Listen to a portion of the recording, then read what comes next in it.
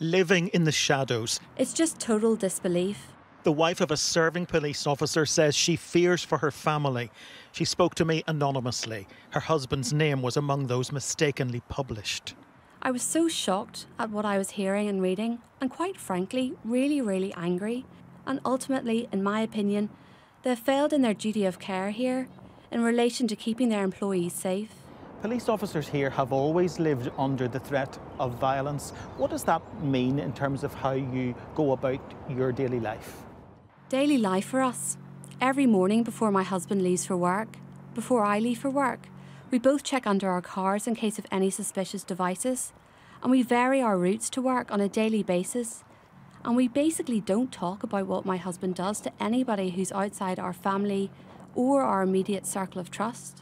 The attempted murder of a police officer earlier this year highlighted the danger. The threat posed by renegade factions like the new IRA, now deemed severe. It's a security nightmare. Clearly we have officers who are working in very sensitive roles in policing, and they are particularly feeling vulnerable about what has happened or are worried.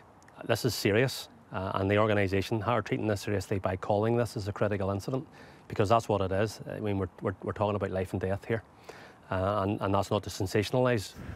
The Police Service of Northern Ireland was responding to a Freedom of Information request. It was published online.